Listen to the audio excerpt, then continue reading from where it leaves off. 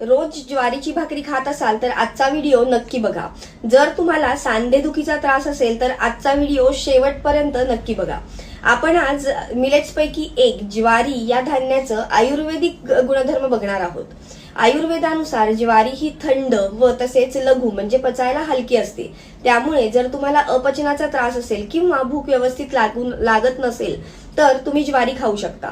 तसेच ज्वारीमुळे कफ आणि पित्त कमी होते।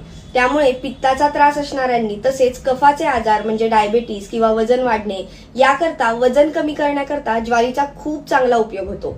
पण ज्वारी ही वृक्ष गुणाची सांगितलेली आहे, म्हणजेच ती शरीरात ड्रायनेस उत्पन्न करते।